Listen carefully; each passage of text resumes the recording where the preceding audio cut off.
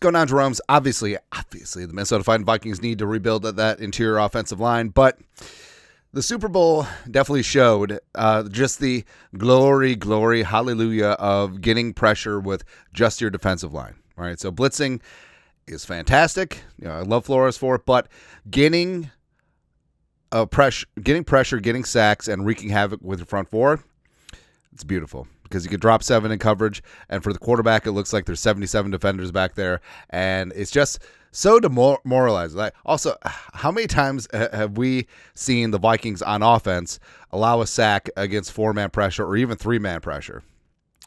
It's rough, man. But the Eagles got after Mahomes' ass. Josh Sweat, Jalen Carter, Jordan Davis, as well as future Viking Milton Williams. 6 sacks, pressured on 40.5% of his dropbacks. Never blitzed. Well, PFF says he was blitzed twice, but who knows? Either way, just imagine a Vic Fangio defense that doesn't blitz. I mean, give him a ton of credit. He knew what he had with his defense, and also, respect. How did the Dolphins just run off Vic Fangio, and the Eagle just embraced him? It's ridiculous, man. But yeah, Mahomes, definitely looked human on Sunday, and Howie Roseman, you got to respect what Howie has done. And beyond all the premium contracts with Jalen Hurts and A.J. Brown and Devontae Smith, as well as Saquon, obviously Mulata up front, Lane Johnson, Landon Dickerson's the highest paid guard in NFL history. But that defense has continually just been great. And Howie Roseman really needs to just give some lessons. So it's a copycat league. And Kwesi, of course, can see the numbers and stuff. And he's got to understand that, hey, if we build an FU defensive line, everything is going to get so much easier. And also, all of a sudden, your secondary looks so much better. That's exactly what the Vikings need to have. So not only do we need to have the meats as well as stop the run, we got to be able to get after that quarterback's ass. And these are all lessons that we know. I mean, we are the franchise that literally had the purple people eaters. You had Jim Marshall, Carl Eller, Alan Page, the other one, Gary Larson, and the 4 Norsemen of the apocalypse. Like, they would bring heat, and on the back end, they would drop 7. Paul Krause. I mean, there's a reason why Paul Krause has the interception record with 81. It's because there was just nonsense happening up front. Pressures, sacks, quarterbacks throwing the ball up for grabs, and deuce came down with 81. It's pretty damn amazing. Also, the Williams frickin' wall. So Kevin Williams, who should be in the Hall of Fame, Pat Williams, absorbing bodies, as well as Ray Edwards, and then eventually Brian Robinson was there, along with Jared Allen, Hall of Famer, HOF. It's exactly what the Vikings need. Now, the Vikings, now having the odd front with the 3-4, you do have to include the edge rushers, but you can build a bully on the inside. And I love Harrison Phillips. I love me some Taki Taami, Jalen Redmond, Levi Drake Rodriguez, but you got to get some dudes up front. And also, I think that if you get the right personnel, Flores on passing downs, maybe they'll consider a 4-man front. Jonathan Grenard used to be a hand in their defensive end from Houston, and maybe he could just take on that role again. Or either way, just having guys up front that can blow up a gap, get their own pass rush, and just get after things.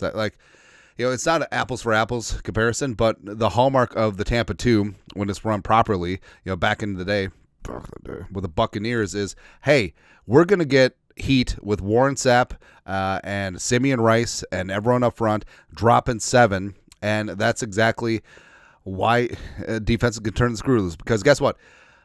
If offenses are consistently picking up 5-6-man blitzes, that means that there's fewer defenders on the back end. And if it gets picked up, quarterbacks with a good head on their shoulders, they'll be able to read and process through, find the dead spots, and that's exactly what's happened at times with the Vikings defense. So just getting back to good makes sense, man. And for the Eagles, long story longer, Howie Roseman has consistently invested in the defensive line. Right now, obviously they've gone other directions as well, and also the Eagles, frankly, have one of the best, if not the best, offensive lines in the game. But you look back, so Howie Roseman was de facto GM since 2009, right? And looking at investment in the defensive line. So at the top is the draft, bottom is free agency. So the draft, first 4 rounds, they've hammered it. So guys like Brandon Graham, who played in the Super Bowl, a longtime veteran. Fletcher Cox, who just retired, but he's great.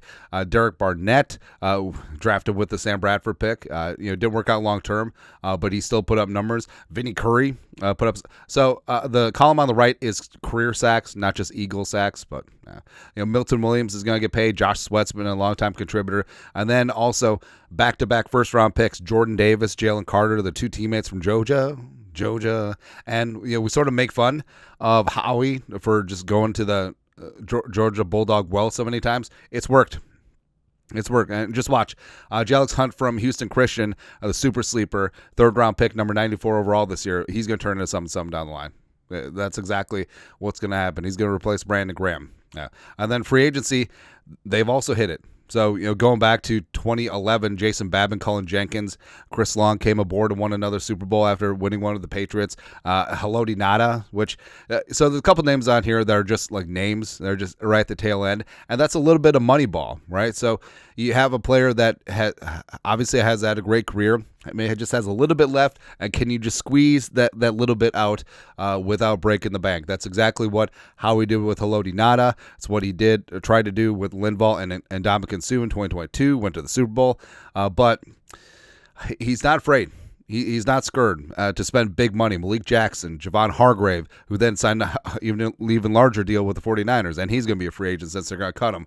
Right? So Bryce Huff played through injuries, and the Eagles won the Super Bowl without his services for the most part. So that's exactly what the Vikings need to take away from this, is Howie Roseman hammers the defensive line because it's a front-to-back game, it's an inside-out game, and everything is so much easier if your front four are full of mofos. Absolutely. A free agent defensive tackles, Osa Digizua is a crush of mine for a long time. Milton Williams. So they're the top two projected for $20 million per year, in that Christian Wilkins adjacent type cash area. So the columns, pretty self-explanatory.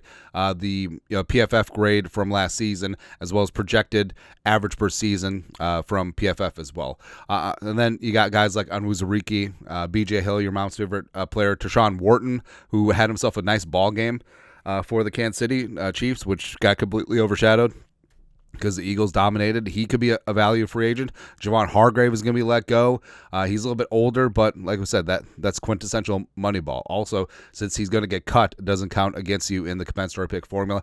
T.R. Tart, who I've wanted forever. T.R. Tart, Poona Ford, the undrafted Texan, the former Texas Longhorn, where he's been disrespected and let go everywhere he's gone, but he had a phenomenal season last year for the Chargers and Jesse Minter's defense.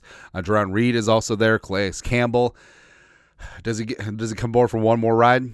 Who knows, man? But signing a guy like Campbell or a guy like Hargrave to a relatively cheap deal, that is quintessential Moneyball. Just getting the last little bit out of a great career and a great name. So, lots of options there in free agency. The Vikings have the cap space to go out and get it. And also, this might be one of the best defensive interior classes in recent history. And it doesn't really matter what kind of defensive tackle you want. You want a 3-tech, you want a nose tackle, you want a 5-tech, you want a hybrid of all of them. And the Vikings, tied a lot at 24 to Walter Nolan from Ole Miss, which would be great. Kenneth Grant, the nose tackle from Michigan. A rock solid Deion Walker in the mid rounds would be great. Shamar Stewart, I think, is super underrated as that 5-tech. Tyleek Williams, the nose tackle from the Ohio State. Derek Hammond from Oregon is a damn dude. And I mean, there's so many. C.J. West, the tackle from Indiana. Jordan Birch, a 5-tech from Oregon.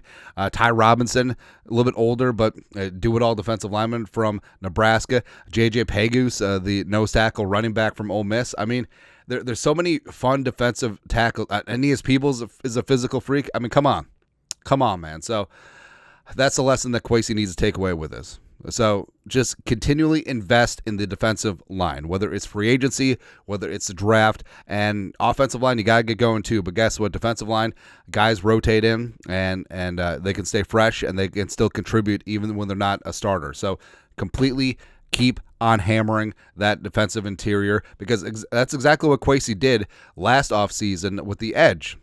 Grenard, Van Ginkel, also Hadi Ward, and then drafting Dallas Turner. That's exactly what they did on the edge last year. They need to do that on the interior this year and go from there. It's going to be good times, man. But your thoughts are thoughts. Vikings need to build a bully up front. Build a bully up front. Let us know your thoughts, our thoughts, comment section. You guys are the best. You know what to do. Skol, production value.